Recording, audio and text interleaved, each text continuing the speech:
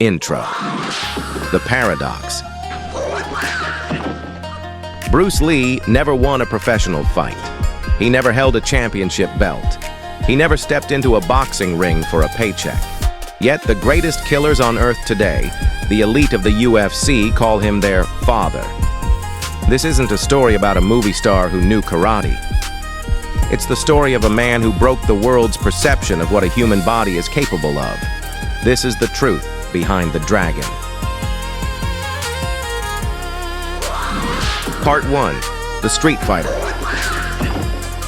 San Francisco. Born in the hour and the year of the dragon.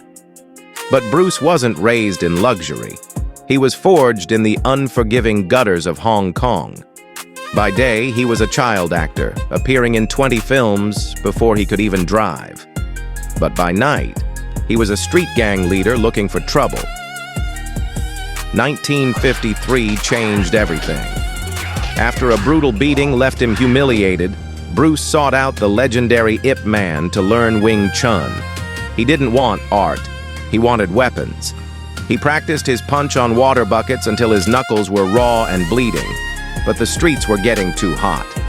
After a run-in with the son of a feared triad family, the police gave his father an ultimatum. Get him out of Hong Kong or he ends up in a cell. Part 2. The Janitor Philosopher. Bruce arrives in America with nothing but $100 and a chip on his shoulder. He's washing dishes in a basement just to survive. But while other students were partying, Bruce was in the library. He wasn't just studying philosophy, he was weaponizing it. 1963, he opens his first school, Junfan Gung Fu. He makes a move that sends shockwaves through the underground. He breaks the golden rule and begins teaching non-Chinese students. The traditionalists were furious. They sent a challenger, Wong Jack Man, to shut him down. Bruce won, but he wasn't celebrating. He was disgusted. He was winded, tired, and realized his traditional training was a classical mess. That day, he killed the artist to birth the fighter. Part 3. The 1-inch reality check. Long Beach. Bruce walks onto a mat in front of the world's most decorated karate champions. He doesn't spar, he demonstrates. He delivers a punch from 1 inch away that sends a 200-pound man flying into a chair. The world didn't just see speed, they saw a glitch in the human matrix. That performance caught the eye of Hollywood. In 1966, he landed the role of Kato in The Green Hornet. But here lies the tragedy. Even as he outperformed the lead, he was paid less than his white co-stars, and the studio forced him to wear a mask.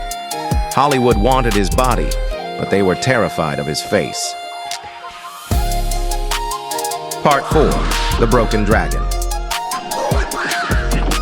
The moment the world thought it ended.